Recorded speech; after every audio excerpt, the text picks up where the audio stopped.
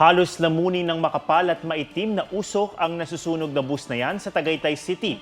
May tila abo pa na lumalabas mula sa bintana ng bus dahil sa lakas ng apoy. Wala namang nasaktan sa mahigit 40 estudyanteng sakay nito na nasa field trip. Galing daw sa Santa Maria, Bulacan ang bus. Inaalam pa ang sanhi ng sunog. Ikinagulat ng ilang mamimili ang sobrang taas na presyo ng patatas sa ilang pamilihan sa Metro Manila. Sa monitoring ng Department of Agriculture, hanggang triple ang iminahal nito kumpara noong nakaraang taon. May report si Von Aquino. 180 pesos to 220 pesos per kilo ang patatas sa Litex Market, Quezon City. Kaya ang binili ni Jeff para sa ilulutong nilaga, 25 pesos lang o 3 piraso lang. Akala ko 20 tumpok lang, ngayon pala 50 na pala nga yung isang konti lang yun eh. So wala, kailangan mag-adjust. Pero hindi lang sa palengke sa Litex mataas ang presyo ng patatas. Ang presyo ng 1 kilo ng patatas dito sa Cainta Public Market ay umabot na sa 200 pesos. Ngayon, yung ganito kalaking patatas, titignan natin kung magkano. Yan, umabot na ito ng 30 pesos. Sa Mega Q-Mart naman, 160 pesos to 200 pesos per kilo ang patatas. Kaya ang karinderyang ito sa Quezon City para makatipid, imbis na patatas, kamote ang inilalagay sa menudo. Hindi naman daw nila binago ang presyo nito sa 55 pesos per order. Pero malasa naman po siya, masarap. Marami din pong bumibili. Sa price monitoring ng Department of Agriculture sa NCR, Enero pa lang ng 2023, 140 to 180 pesos per kilo ng patatas. Tumaas pa ito hanggang 200 pesos per kilo pagsapit ng Oktubre at umaabot na hanggang 250 pesos per kilo. Pero noong nakaraang taon sa parehong petsa, 80 pesos lang per kilo ang patatas. Kulang po sa supply, konti ang ani. Konti lang siguro yung mga nagtanim sa latapat sa panahon na to. Hindi lang ang patatas ang nagmahal kundi pati ang lokal na luya at mga gulay na galing Benguet tulad ng repolyo, carrots at bell pepper. Sinusubukan pa naming kunin ang pahayag ng Department of Agriculture kaugnay dito. Von Aquino nagbabalita para sa GMA Integrated News. Nahulikham sa Burauen, Leyte ang pamamalo ng walis tingting ng isang guro sa kanyang mga estudyanteng nakasquat. Ang DepEd Region 8 iniimbestigahan na raw ang insidente. May report si Nico Sereno ng GMA Regional TV Balitang Bisdak.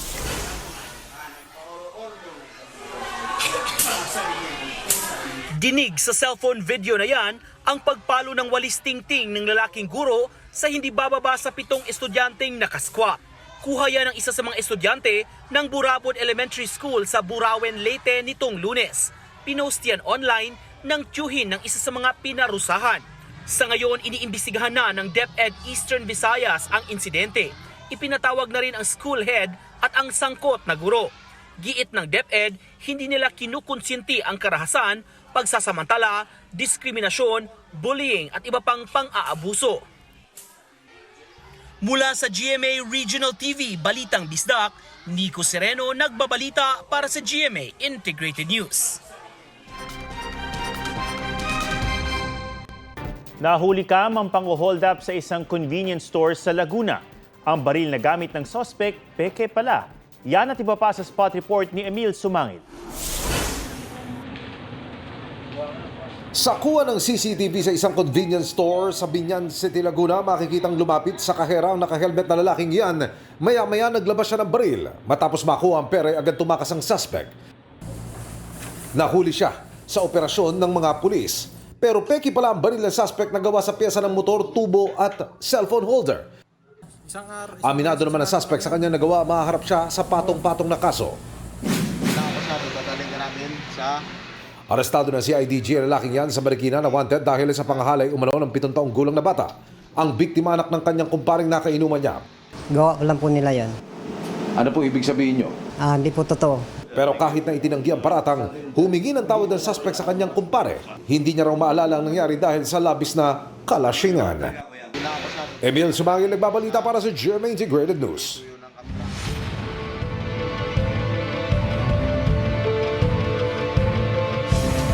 4 na araw bago ang barangay at sangguniang kabataang elections, iniimbestigahan ng pagpaparaffle umano ng appliances ng isang kandidato sa Mangaldan, Pangasinan. Dawit naman sa investigasyon sa umano'y vote buying sa Navotas ang ilang opisyal at kandidato sa Malabon. May report si Tina Panganiban Perez. Kaninong kandidato galing to? Ay, wala po. Ayaw pang magbigay ng pangalan ng babaeng yan nang tanungin kung kanino galing ang mga pinamimigay niyang sobre sa isang warehouse sa Navotas kahapon. Ang mga sobre may lamang tig 300 piso. Kami po ay watcher ng 21 barangay. Pamasahe po nila kasi anong date dito ay para naman hindi na kami pag-prepare ng food nila. Pagka may pera, may envelope, tapos may mga individual na nandyan na tapos may listahan. Vote buying po yan. May iniimbestigahan ng ilang pangalan ang COMELEC, kabilang ang mga opisyal at kandidato ng Malabon. Mga taga-barangay Longos, Malabon umano kasi ang mahigit 200 taong naabutan sa warehouse. Hindi rin daw kumbinsido ang COMELEC na watchers training ang nangyari.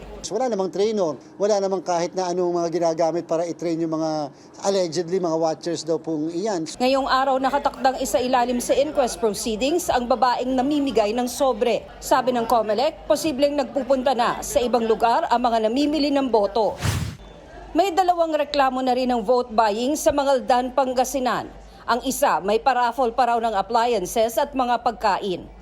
Para magbantay sa araw ng eleksyon, mahigit 7,000 Parish Pastoral Council for Responsible Voting Volunteers ang itatalaga sa mga polling precinct. Tina Panganiban Perez, nagbabalita para sa GMA Integrated News.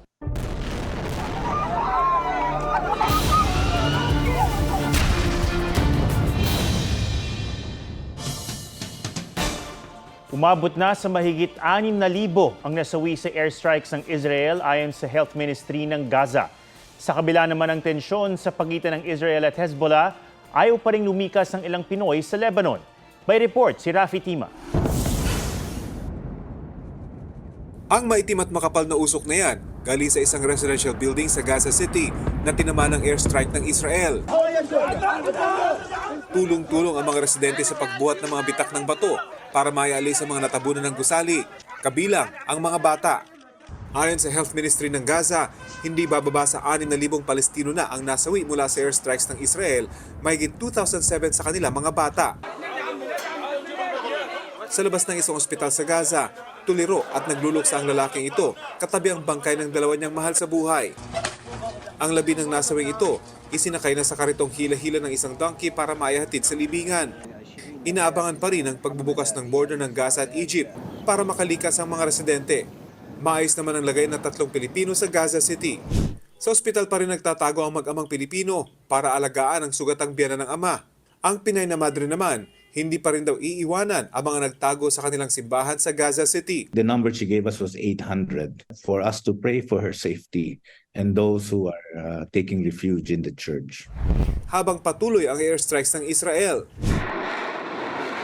nagpapakawala rin ng rocket ang Hamas papuntang Israel. Ang apartment na ito sa Region Legion tinamaan ng missile. Ligtas naman ang 3 nakatira rito. Walang nadamay na Pilipino. Sa mga bulubunduking ito na naghahati sa Lebanon at Israel, bumabagsak ang mga rocket. Nakatira malapit dito ang taga Marawi City na si M. Khalid Malawi Kasab. Tinatawagan ako ng mga kapatid ko doon sa Pilipinas na mag-evacuate na. Nakataas ngayon ang Alert Level 3. It's just a matter of purchasing the commercial tickets, and we have in fact asked them to consider going home because of the rising tensions. Pero ayon sa Department of Foreign Affairs, 113 lang sa 17,000 na mga Pilipinong nasa Lebanon ang nagpalistang makauwi ng Pilipinas. Rafi Tima nagbabalita para sa GMA Integrated News.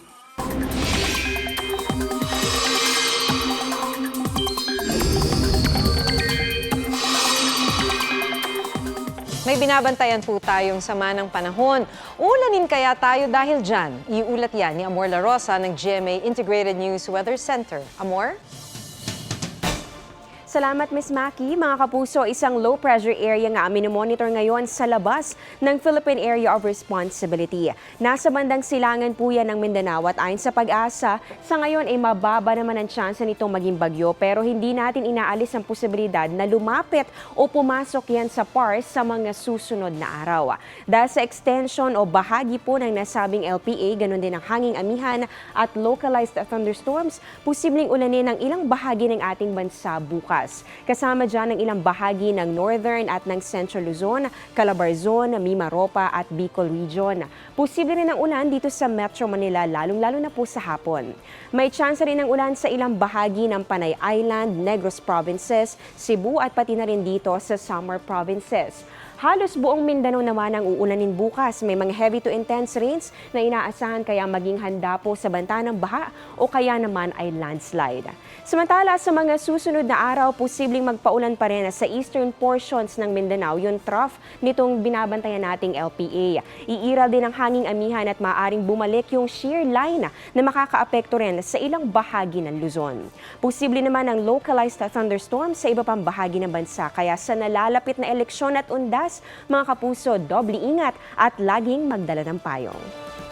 At yan ang latest sa lagay ng panahon. Ako si Amor La Rosa. Ito ang GMA Integrated News Weather Center. Maasahan anuman ang panahon.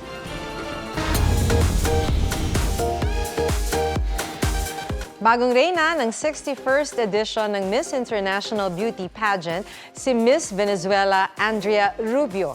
Third runner-up naman ang pambato nating si Miss Philippines Nicole Borromeo mula sa Cebu. Suot ni Nicole ang majestic magindara gown na gawa ng Dubai-based Filipino designer na si Fern Amato. Samantala, first runner-up si Miss Colombia, second runner-up si Miss Peru at fourth runner-up si Miss Bolivia. Popostehan na ng mga pulis ang ginagawang tawiran sa likod ng Manila North Cemetery. Pinwestohan na ng mga nicho ang nakaugaliang over-the-backod na tawiran sa likuran ng sementeryo. Paraan ito para sarahan ang mga bahay na nagpapatawid ng mga ayaw dumaan sa main gate ng may bayad. Abiso ng Manila North Cemetery na sa October 30 hanggang November 2 mula 5 a.m. hanggang 7 p.m. lang pwede sa loob ang mga bisita. Maaga namang dumagsa sa ilang terminal ng bus at paliparan ang mga uuwi para sa undas at barangay at sangguniang kabataang elections.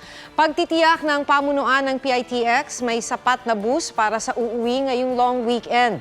Payo naman ng Manila International Airport Authority, agahan ng dating sa airport. Samantala, habang papalapit ang undas, nagmahal na ang mga bulaklak sa Dangwa sa Maynila. Pasok naman at mas mura pa nga sa SRP ang presyo ng kandila sa inikutang supermarket ng DTI sa Maynila.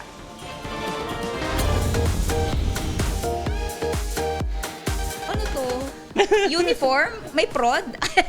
Dinaan na lang sa biro ni Barbie Forteza ang unexpected twinning ng kanyang boyfriend na si Jack Roberto at ka-love team na si David Licauco bilang Roronoa Zorro ng anime at live-action series na One Piece sa Reset Sparkle Spell 2023.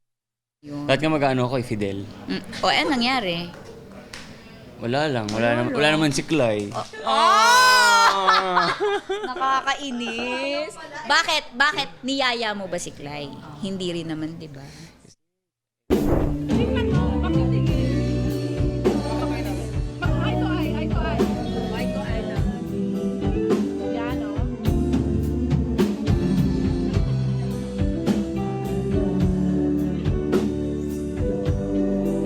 Rehearsals pa lang, ultimate kilig na ang hati ni Sharon Cuneta at Gabby Concepcion para sa kanilang reunion concert. May special participation din daw ang kanila anak na si Casey Concepcion after ng Dear Heart concert. What's next? Papayag ka ba na gumawa tayo ng movie? Oo. Okay din, okay. Katatibay nagbabalita para sa GMA Integrated News. Balak pailawan ng isang kongresista ang Bulkang Mayon. Ayon kay Ako Bicol Party List Representative Elizalde Co, plano niyang gayahin ang ginawa sa Eiffel Tower na nagniningning tuwing gabi. Hindi pa malinaw kung paano ito ikakasa. Bukod sa pagpapailaw sa Mayon, plano ring magpalipad ng hot air balloon gaya ng sa Cappadocia sa Turkey. Bahagi ito ng inaayos na Bicol Loco Festival na target gawin sa Legazpi, Albay sa Hunyo o Hulyo.